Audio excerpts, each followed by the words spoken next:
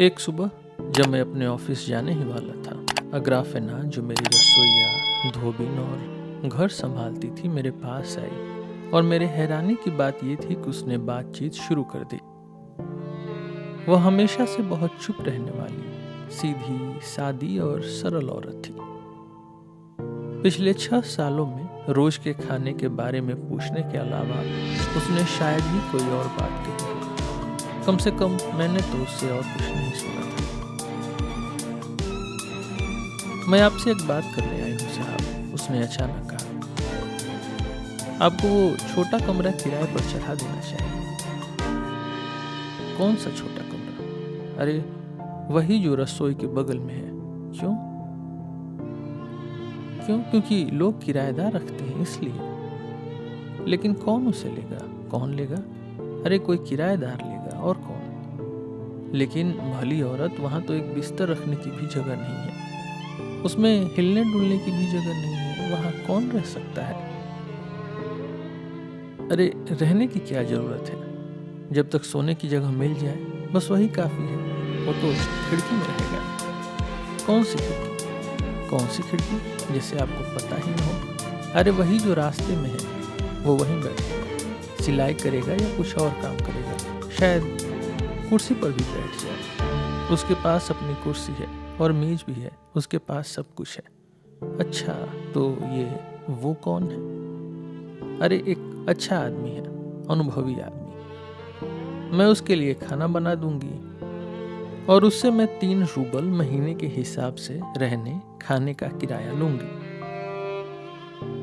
बहुत कोशिशों के बाद मैं आखिरकार ये समझ पाया कि कोई बूढ़ा आदमी अग्राफेना को किसी तरह मना चुका था कि वह उसे अपनी रसोई में किराएदार और खाने वाले के तौर पर रख ले।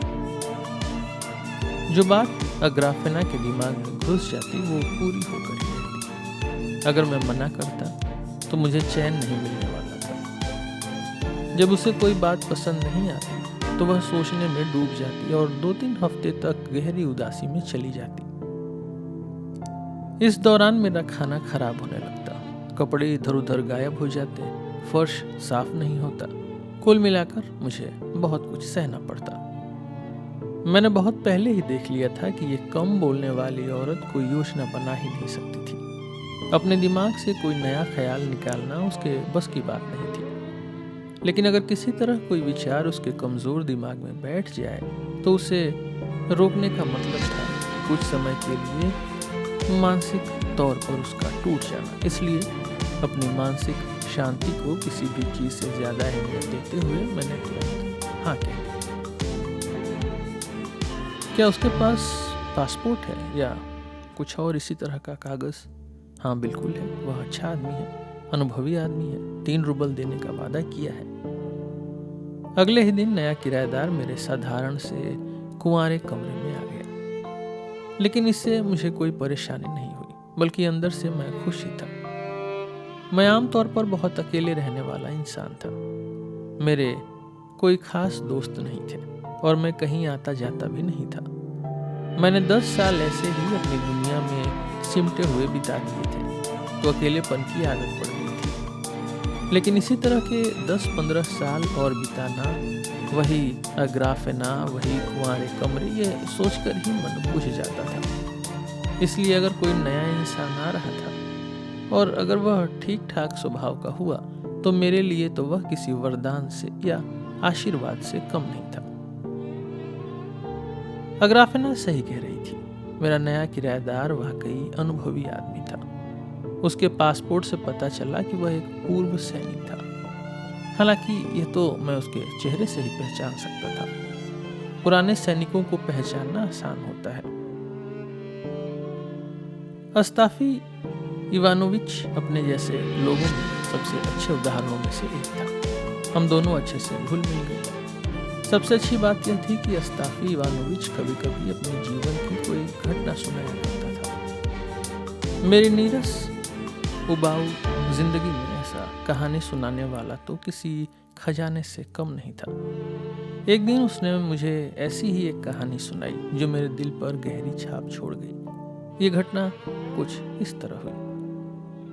मैं घर में अकेला था। अस्ताफी और अग्राफिना दोनों ही अपने अपने काम से बाहर गए हुए थे। अचानक मुझे अंदर के कमरे से किसी के आने की आहट सुनाई दी। मुझे लगा कि कोई अजनबी आया है। मैं बाहर निकला तो देखा कि वाकई एक अजनबी आदमी दरवाजे पर खड़ा था। वह ठंडे पतझड़ के मौसम के बावजूद बिना ओवरकोट के था और उसका कद छोटा था। क्या चाहिए? पूछा। क्या यहाँ एलेक्जेंड्रो नाम का कोई क्लर्क रहता है? यहाँ ऐसा कोई नहीं रहता भाई, अब जाओ। लेकिन दरबान ने तो मुझे यही पता बताया था। वह धीरे धीरे दरवाजे की ओर पीछे हटते हुए बोला। जाओ यहाँ से भाई, आगे बढ़ो, मैंने सख्ती से कहा। अगले दिन दोपहर के बाद जब अस्ताफी इवानोविच मेरे लिए एक कोट ठीक कर रहा था, फिर से किसी के दरवाजे पर आने की आहट हुई। मैंने दरवाजा आधा खोला। मेरी आंखों के सामने ही मेरा कल वाला मेहमान बड़ी शांति से आया। मेरे गद्देदार ओवरकोट को खूंटी से उतारा और उसे अपनी बांह के नीचे दबाकर तेजी से बाहर निकल गया। अग्राफिना पूरे समय बस उसे घूरती रही। मुंह खुला का खुला रह गया, लेकिन उसने मेरी चीज बचाने के लिए कुछ भी नहीं किया।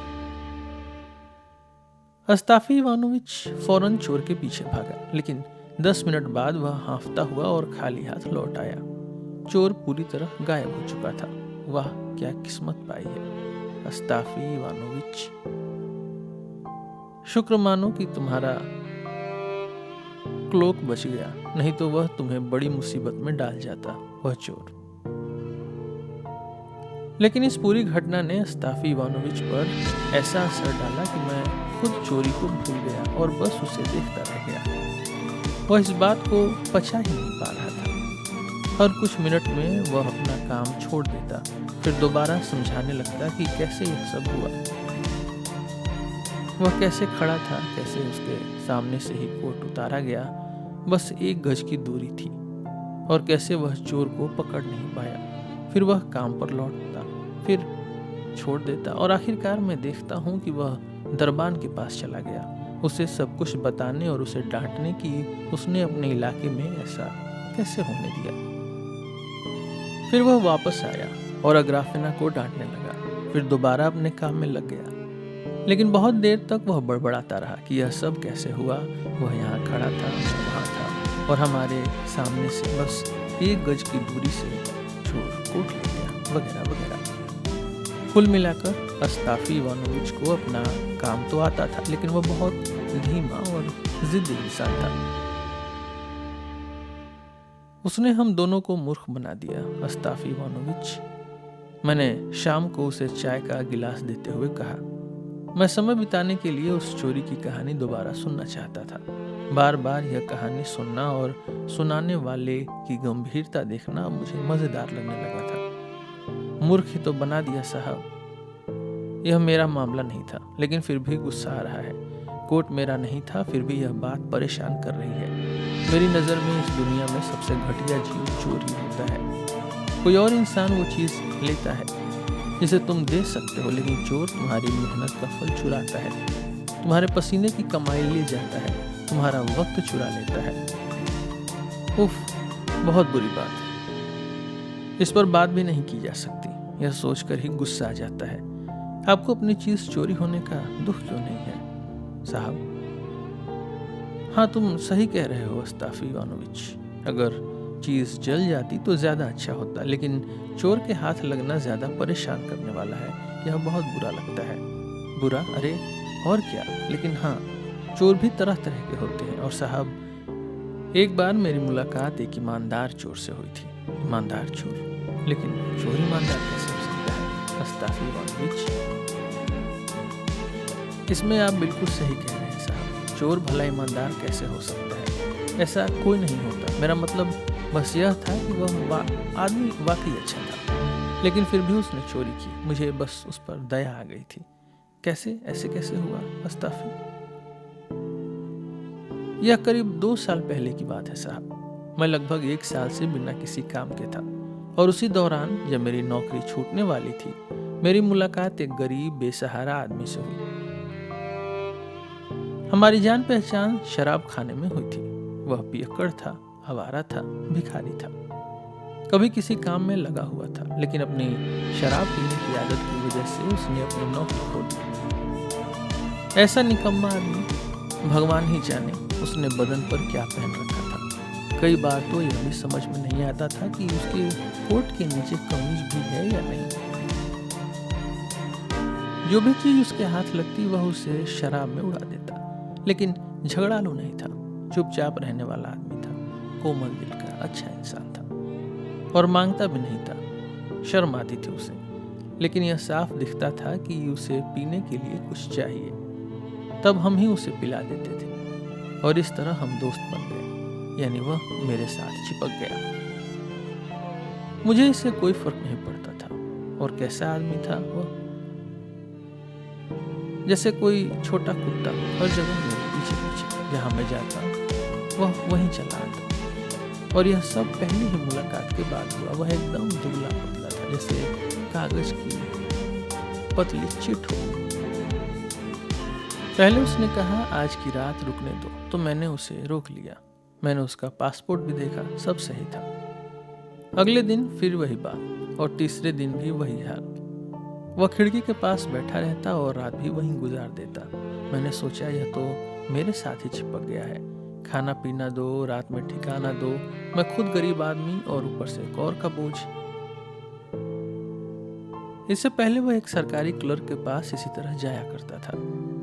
उसने भी उसे अपने साथ रख लिया था। दोनों हमेशा साथ बैठकर शराब पीते रहते, लेकिन वह क्लर्क किसी परेशानी में ऐसा डूबा कि आखिरकार ज्यादा पीने से ही मर गया। इस आदमी का नाम था एमेलियान इलिच। मैं सोचता रहा कि इसके साथ क्या करूं, इसे निकाल दूं तो शर्म आती थी और बेचारे पे तरस भी आता था। मैंने इससे ज्यादा बेसहारा इंसान अपनी जिंदगी में कभी नहीं देखा था। और मजे की बात, वह कभी खुद कुछ नहीं कहता था, कुछ नहीं मांगता था, बस चुपचाप बैठा रहता, आंखों में ऐसा भाव लिए जैसे कोई कुत्ता अपने मालिक की तरफ देखता है। सोचता था कि शराब किसी इंसान को कहां से कहां गिरा सकती है। मैं खुद से बार बार पूछता हूँ, मैं इसे कैसे कहूँ कि अब तुम्हें जाना होगा एमेलियानुष्का, यहाँ तुम्हारे लिए कुछ नहीं है। मैं खुद के लिए खाने का इंतजाम मुश्किल से कर पाता हूँ, तुम्हें कैसे रखूं? मैं सोचता रहा कि अगर मैंने उसे ऐसा कह दिया तो वह क्या करेगा। मुझे दिखने लगा कि वह कैसे मुझे घूर कर देखेगा।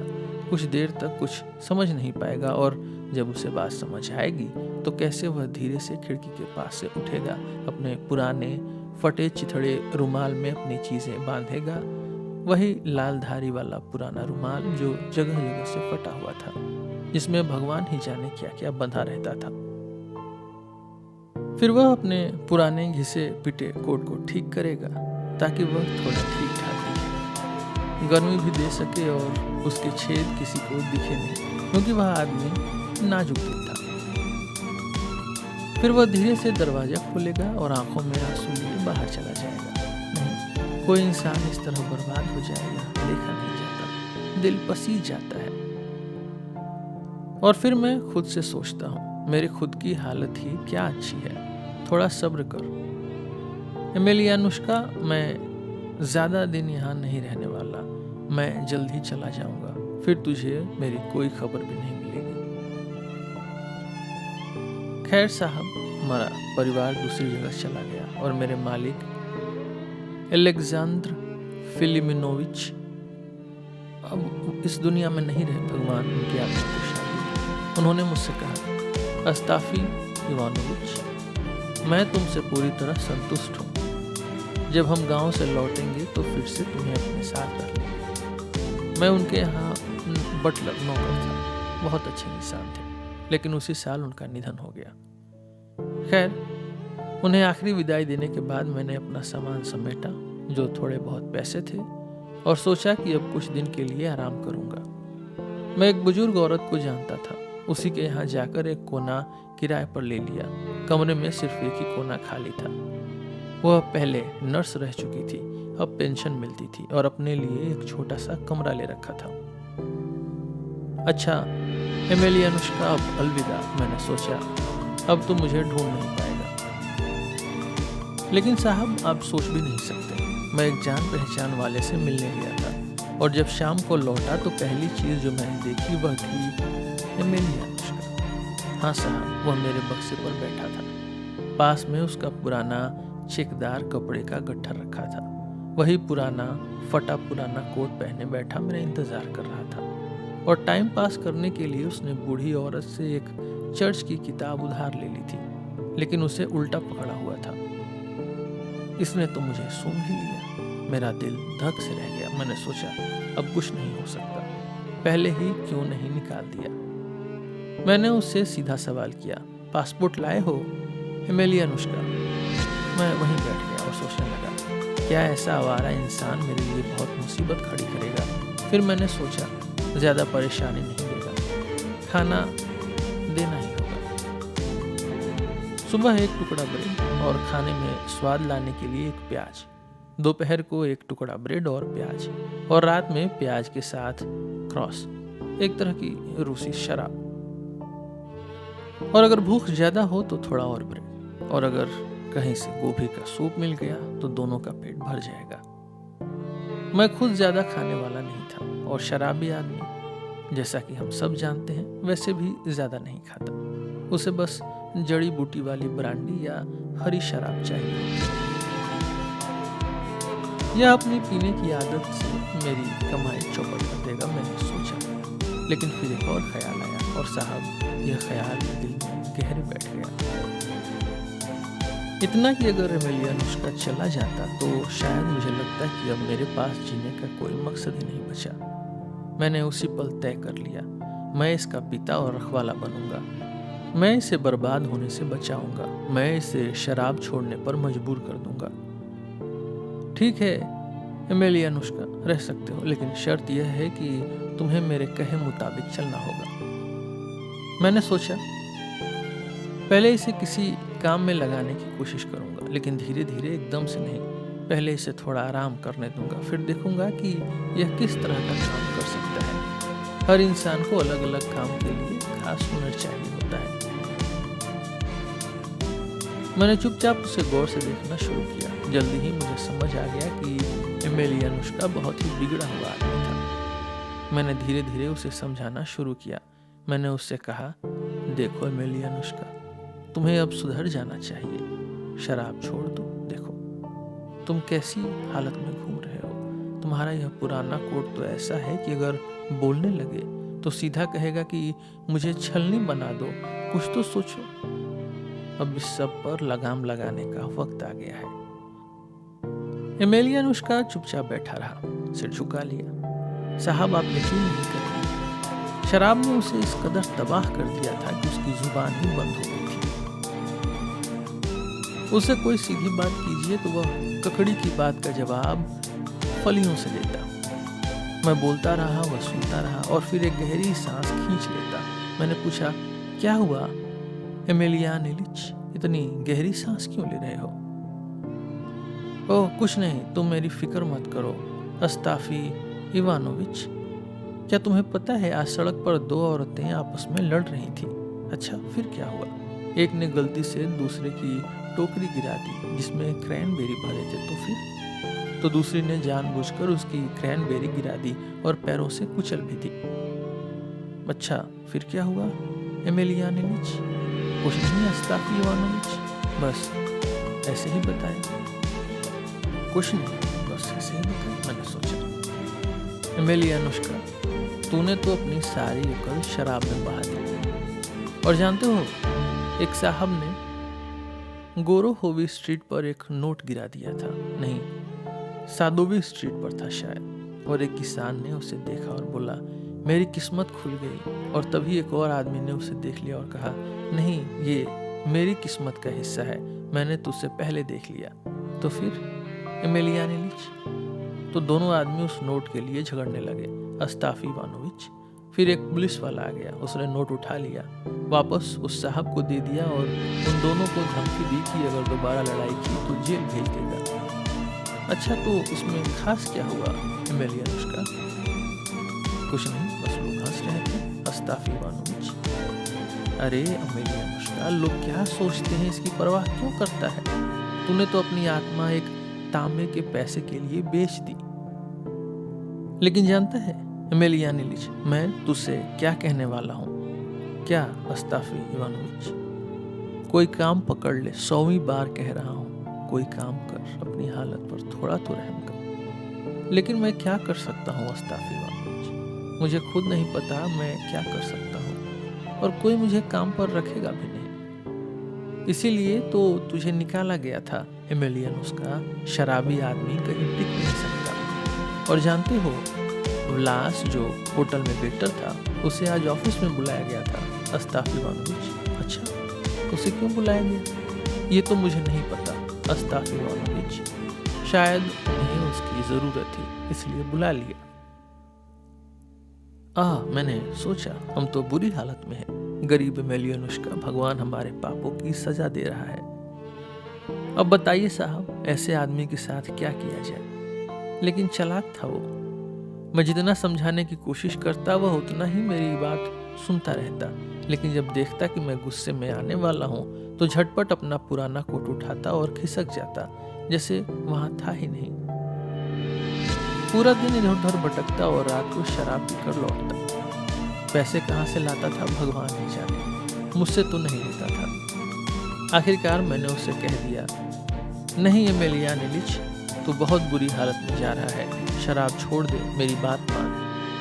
अगर अगली बार फिर से नशे में लौटा तो रात भर सीढ़ियों पर ही सोना पड़ेगा, मैं तुझे अंदर नहीं आने दूंगा। मेरी धमकी सुनकर एमेलियानुष्का 2 दिन तक घर पर ही बैठा रहा, लेकिन तीसरे दिन फिर से खिसक लिया। मैं इंतजार करता रहा लेकिन वह लौटा ही नहीं। अब मैं झूठ नहीं बोलूंगा साहब, मुझे डर लगने लगा था, मुझे उस पर तरस भी आ रहा था। ये मैंने इसे क्या कर दिया?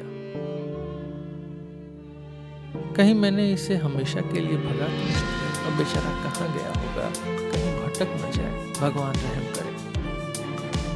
रात हो गई लेकिन वो नहीं लौटा। सुबह मैं बरामदे में गया, यह देखने की कहीं वो बरामदे में पड़ा हो, पर वह सीढ़ी पर टिकाया पड़ा था और इतनी ठंड में उसका पूरा शरीर अकड़ गया था। अरे अब क्या होगा एमेलियानुष्का, भगवान तुझ पर रहम करे। अब कहाँ जाएगा तू? क्या करूं अस्ताफी इवानोविच?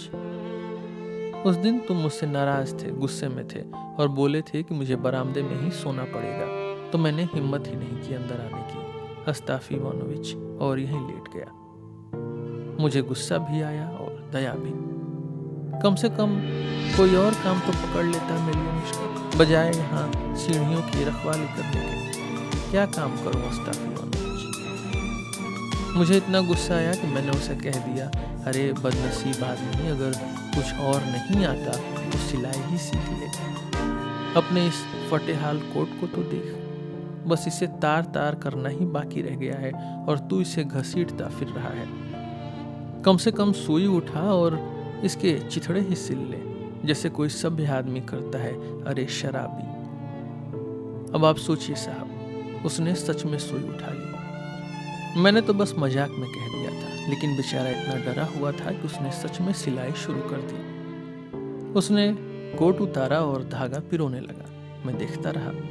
आप खुद समझ सकते हैं, उसकी आंखें लाल और सूजी हुई थी, हाथ कांप रहे थे। बार बार धागा सुई में डालने की कोशिश करता, लेकिन हाथ इतने लड़खड़ा रहे थे कि धागा सुई में जाता ही नहीं था। वह आंखें मिचमिचाता, धागे को बार बार चाट कर सीधा करता, उंगलियों में मरोड़ता, लेकिन सब बेकार। आखिर उसने हार मान ली और मेरी तरफ देखने लगा। ये क्या कर रहे हो एमेलियानुष्का? अगर कोई देख लेता तो मैं कहाँ मुंह दिखाता? अरे भोले आदमी, मैंने तो मजाक में कहा था, ताने के तौर पर। ये बेवकूफ़ी छोड़ो, भगवान भला करे तुम्हारा, चुपचाप बैठो, मेरी इज्जत का तमाशा मत बनाओ, मेरी सीढ़ियों पर सोकर मुझे शर्मिंदा मत करो। तो मैं क्या करूं अस्ताफी इवानोविच? मुझे खुद पता है कि मैं शराबी हूँ, निकम्मा हूँ। मैं तुम्हें बस दुख ही देता हूँ, तुम तो मेरे भले करने वाले हो। और यह कहते कहते उसके नीले पड़े होंठ अचानक कांपने लगे और एक आंसू उसके सफेद गाल पर लुढ़क आया।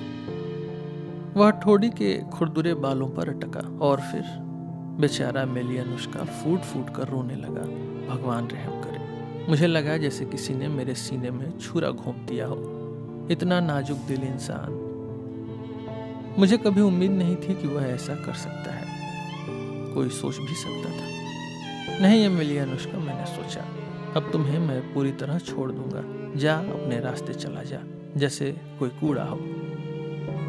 खैर साहब, अब लंबी कहानी क्यों सुना, और वैसे भी यह सब छोटी छोटी बातें हैं, इन पर ज्यादा शब्द खर्च करना बेकार है। आप होते तो इस बारे में सोचते भी नहीं, लेकिन मैं, अगर मेरे पास कुछ देने लायक होता तो मैं यह सब कभी होने ही न देता। मेरे पास एक जोड़ी घुड़सवारी की पैंट थी, कमबख्त ले जाए वो। बड़ी बढ़िया और पहले दर्जे की पैंट थी, नीले रंग की चेक वाली। गांव के एक साहब ने ऑर्डर दी थी, लेकिन बाद में उन्होंने लेने से मना कर दिया। कहने लगे कि थोड़ी कम चौड़ी है, तो वह मेरे पास रह गई। मुझे लगा कि ये तो काम की चीज़ है। पुराने कपड़ों की दुकान पर 5 चांदी के रूबल तो आराम से मिल जाते, और नहीं तो पेटरबुर्ग के किसी साहब के लिए 2 जोड़ी पतलून सिलवा सकता था, और बचा हुआ कपड़ा अपने लिए जैकेट बनवाने के काम आ जाता। हम गरीब लोगों के लिए तो हर चीज़ का मोल होता है। और ठीक उसी समय एमिलिया अनुष्का की हालत बहुत ख़राब थी। वह दिन भर बस बैठा रहता, न पीता न कुछ खाता, बस चुपचाप, जैसे कोई उल्लू कोने में बैठा हो। उसे देखना भी दुख देने लगा था। बस बैठा रहता, सोचता रहता। मैंने सोचा, या तो इसके पास एक कौड़ी भी नहीं बची, या फिर वह वाकई सुधर गया है। इसने शराब छोड़ दी है और मेरी बात मान ली है। खैर साहब, हमारी जिंदगी यूं ही चल रही थी, और तभी एक त्योहार आया। मैं शाम की प्रार्थना में गया।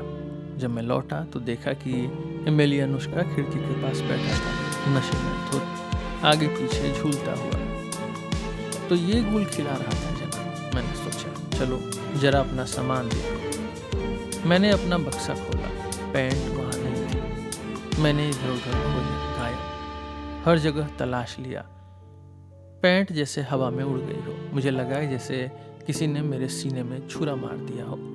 सबसे पहले मैं बूढ़ी मालकिन के पास दौड़ा और सीधा उस पर शक किया, लेकिन एमिलिया अनुष्का पर तो मुझे जरा भी शक नहीं हुआ, भले ही वह वहां बैठा नशे में झूम रहा था। नहीं, बूढ़ी बोली, भगवान तुम्हारा भला करे। भला मैं उन पैंट का क्या करूंगी? क्या मैं घुड़सवारी करने जाऊंगी? अरे, मेरी भी कुछ दिन पहले एक स्कर्ट गायब हो गई है। मुझे कुछ नहीं पता, मैं कुछ नहीं कह सकती कि तुम्हारी घुड़सवारी वाली पैंट कहाँ है। तो फिर यहाँ कौन आया था? कौन आया हो सकता है? मैंने पूछा। कोई भी नहीं आया साहब, वह बोली। मैं यहाँ पूरे समय थी, बस एमिलियान इलिच बाहर गया था, फिर वापस आया और अब वहीं बैठा है। उससे पूछ लो। मैंने सीधा एमिलिया अनुष्का से पूछा, एमिलिया अनुष्का, तुमने कहीं तो वो नई घुड़सवारी की पैंट उठा तो नहीं ली? याद है, जो मैंने गांव वाले साहब के लिए बनाई थी? नहीं अस्ताफी इवानोविच, उसने कहा। मैंने तो मतलब हाथ भी नहीं लगाया। मैं तो हैरान परेशान हो गया। हर जगह खोज लिया, ऊपर नीचे देख लिया, लेकिन पैंट का कहीं नामो निशान नहीं था।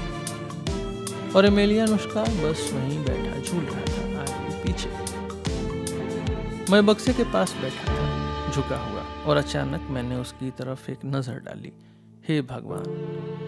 मेरा दिल अचानक तेजी से धड़कने लगा, जैसे आग लग गई हो। चेहरा गर्म पड़ने लगा, और तभी एमिलिया अनुष्का ने भी मेरी तरफ देखा।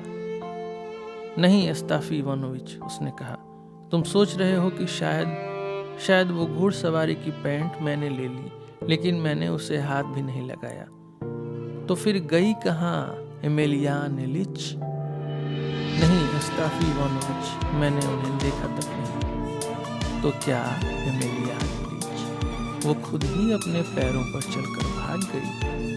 शायद ऐसा ही हुआ होगा अस्ताफी इवानोविच। उसका ये कहना था कि मैं तुरंत खड़ा हो गया। मैंने दिया जलाया, अपनी सिलाई का काम उठाया और बैठ गया। नीचे रहने वाले एक क्लर्क के लिए एक जैकेट ठीक कर रहा था, लेकिन साहब, दिल में जलन और दर्द था, सीने में तेज चुभन थी। मुझे इतना दुख नहीं होता अगर मैं अपने सारे कपड़े जलाकर राख कर देता।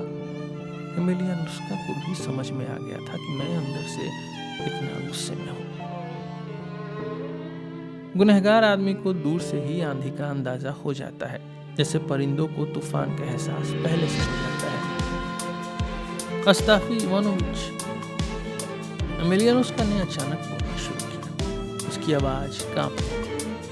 तुम्हें पता है, एंटिप प्रोखेरिच जो दवा बेचने वाला है, उसने आज सुबह उस कोशवान की बीवी से शादी कर ली जिसकी कुछ दिन पहले मौत हो गई थी।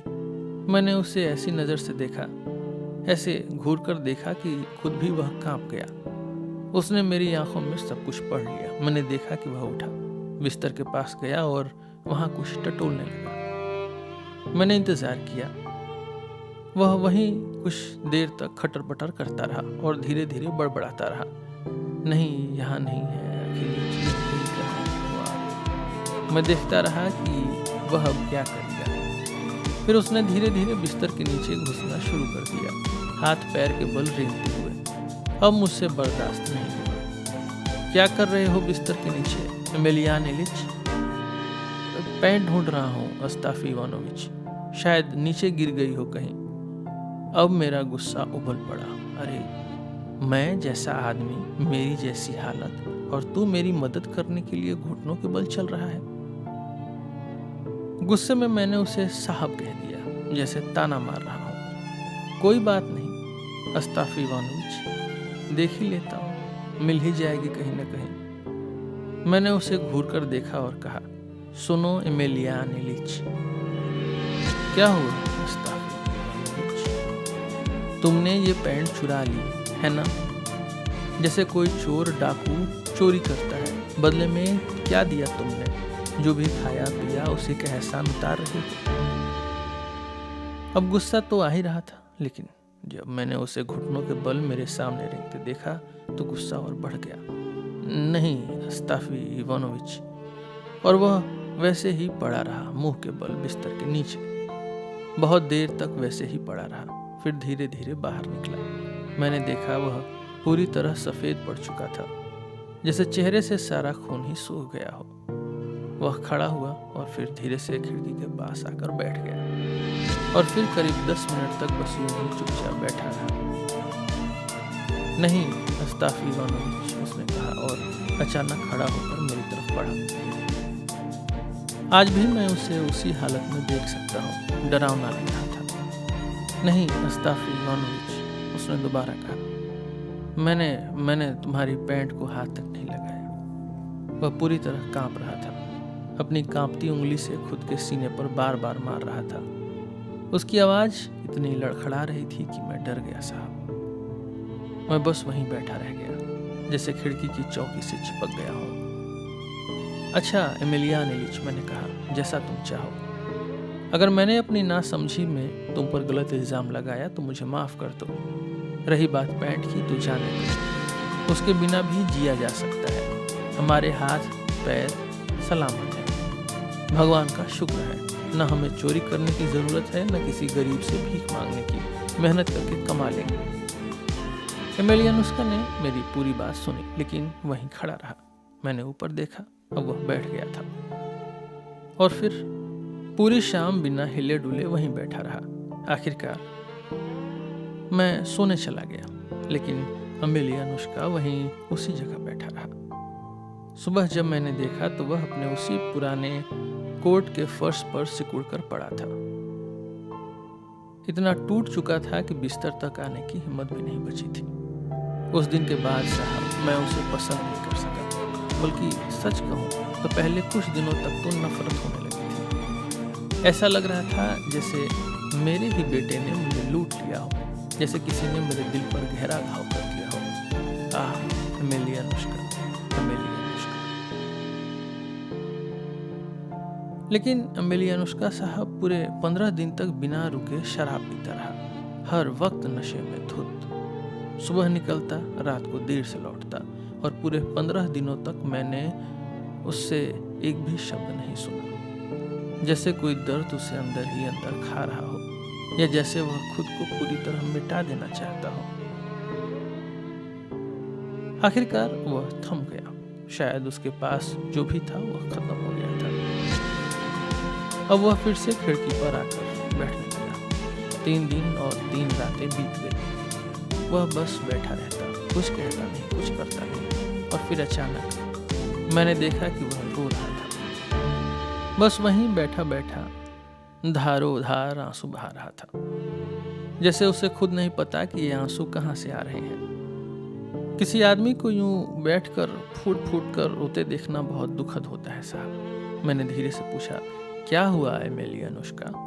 उसका पूरा शरीर कांपने लगा। पहली बार मैंने उस रात के बाद उससे बात की थी। कुछ नहीं अस्ताफी इवानोविच। मैंने उसे देखा, तरस आ गया।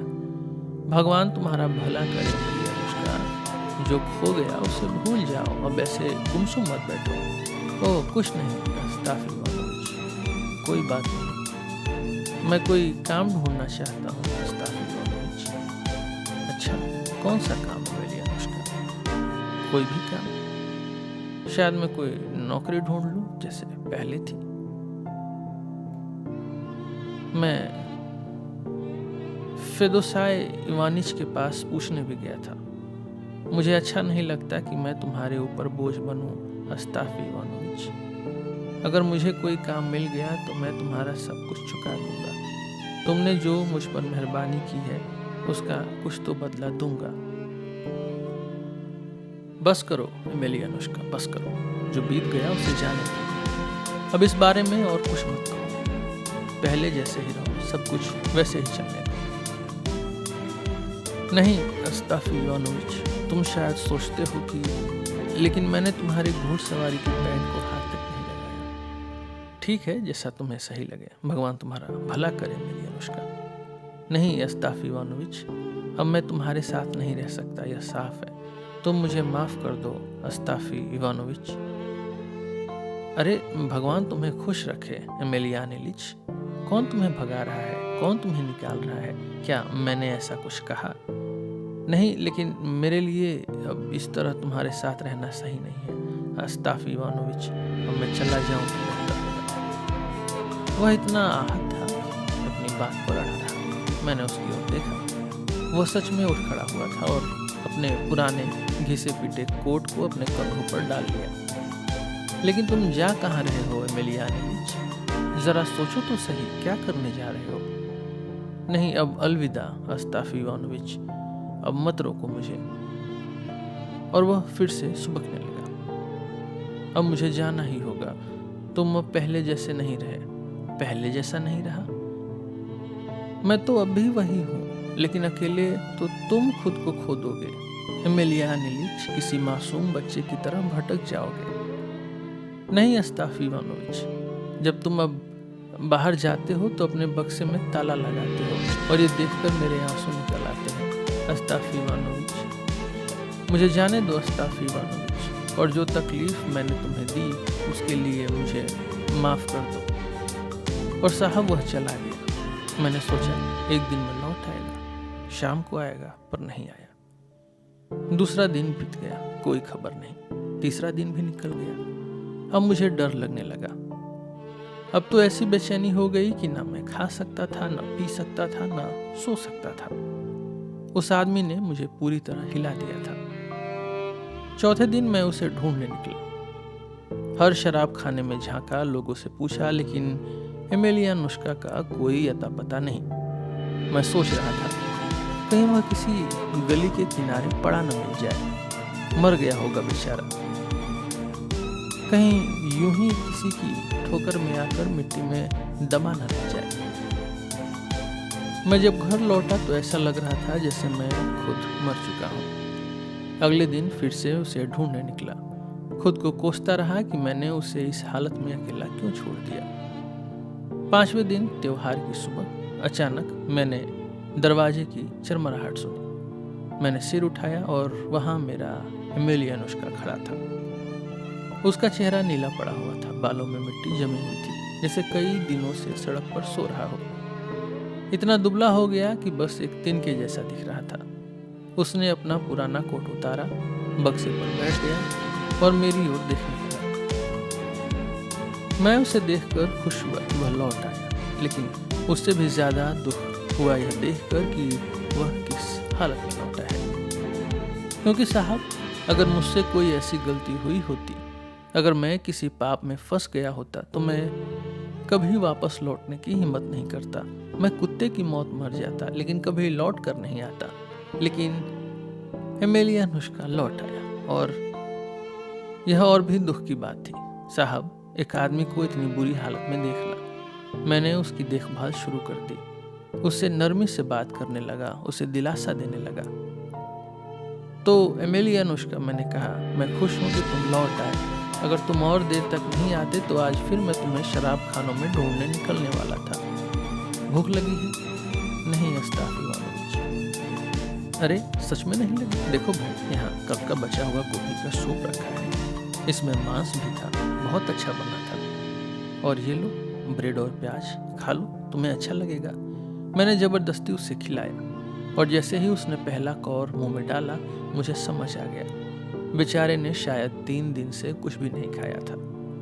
वह भूख से ऐसा तड़प रहा था जैसे कोई भेड़िया हो। तो आखिरकार भूख ही उसे वापस मेरे पास खींच लाई थी। मेरा दिल पिघल गया उसे इस हालत में देखकर। मैंने सोचा, चलो शराब खाने से कुछ ले आता हूँ, जिससे उसका मन हल्का हो जाए, फिर सब खत्म कर देंगे। अब तो कोई गुस्सा भी नहीं बचा एमेलिया अनुष्का के लिए। मैं उसके लिए थोड़ी वोडका लेकर आया। लो एमेलियानोविच, त्योहार के मौके पर पी लो, लोग पीते ही हैं, थोड़ा सा लोगे अच्छा लगेगा तुम्हें। उसने अपना हाथ आगे बढ़ाया, बेचैनी से, उतावलेपन से, लेकिन जैसे ही लेने वाला था रुक गया। 1 मिनट बाद मैंने देखा, उसने फिर से गिलास उठाया, होठों तक लाया, लेकिन वोडका का एक घूंट भी नहीं पिया। बस गिलास हाथ में लिया और फिर उसे धीरे से मेज पर रख दिया। क्या हुआ एमेलिया अनुष्का? कुछ नहीं अस्ताफी वानोविच, मैं बस। पियोगे नहीं? अस्ताफी वानोविच, अब मैं शराब नहीं पीऊंगा। अस्ताफी वानोविच, मतलब तुमने पूरी तरह छोड़ दी या बस आज नहीं पीने वाले?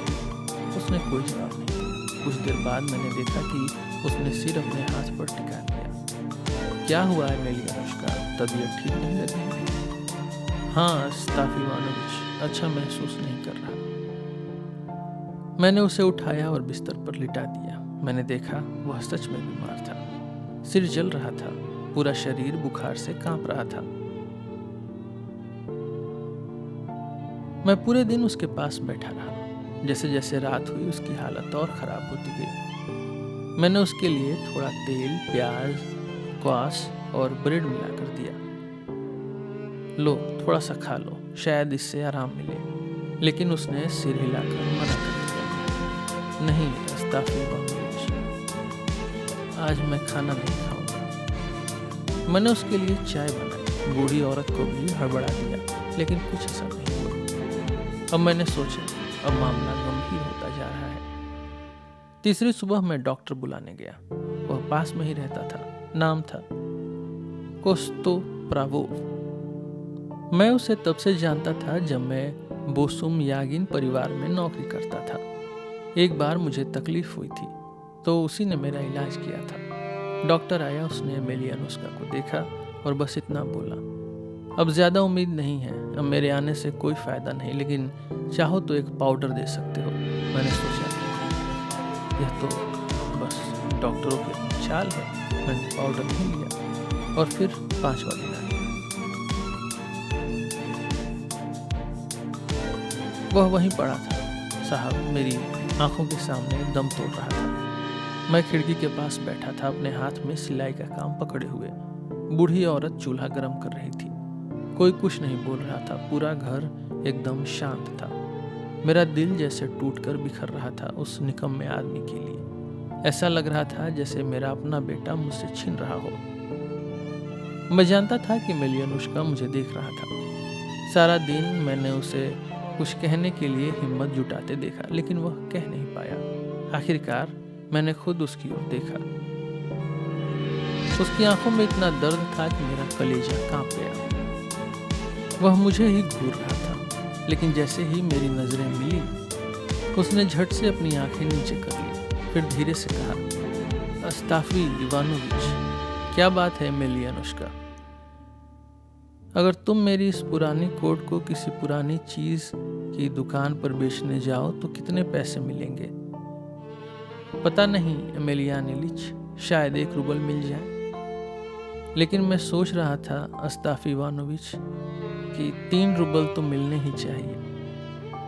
यह कपड़े का बना है अस्ताफ इवानोविच, भला 1 रूबल में कैसे जाएगा? पता नहीं एमेलियान इलिच, मैंने कहा, अगर बेचना ही है तो कम से कम 3 रूबल मांगकर देखना।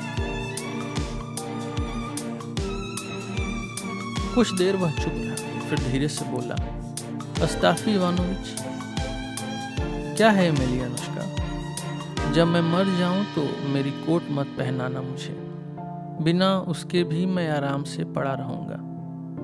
ये कुछ काम आ सकती है, किसी के काम आ सकती है। हे भगवान! उसके मुंह से यह सुनकर मेरा दिल जैसे अंदर से चीर दिया हो। मुझे दिख रहा था कि मौत उसे धीरे धीरे अपने साथ ले जा रही थी।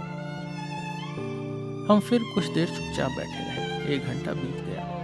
मैंने उसकी तरफ दोबारा देखा। अब वह भी मुझे देख रहा था, लेकिन जैसे ही हमारी नजरें मिली उसने फिर से सिर झुका लिया। थोड़ा पानी पियोगे एमेलियान इलिच?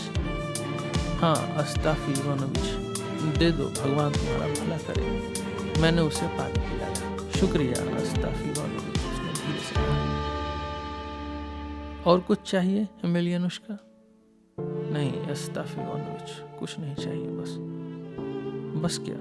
बस वो क्या बात है एमेलियानुष्का? वो घुड़सवारी की पैंट, वो मैंने ही ली थी अस्ताफी इवानोविच। मेरे होंठ कांप गए।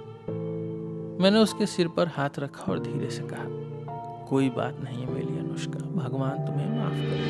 जाओ, चैन से सो जाओ। मेरा खुद का गला घुटने लगा था, आंखों में आंसू आ गए थे। मैंने सिर दूसरी ओर घुमा लिया। अस्ताफी इवानोविच, मैंने देखा वह कुछ कहना चाहता था। वह उठने की कोशिश कर रहा था, कुछ बोलने की कोशिश कर रहा था, लेकिन शब्द फंस रहे थे। अचानक उसका चेहरा लाल हो गया, फिर सफेद पड़ने लगा, और फिर और भी सफेद, और फिर वो धीरे धीरे जैसे धुंध में खो गया। उसका सिर पीछे गिर गया। उसने एक गहरी सांस ली और अपनी आत्मा भगवान को सौंप दी। आज के लिए बस इतना ही। हम फिर मिलेंगे आपसे एक नए एपिसोड में, नए टॉपिक के साथ। मेरा नाम है रोहित और आप सुन रहे थे सिलेबस।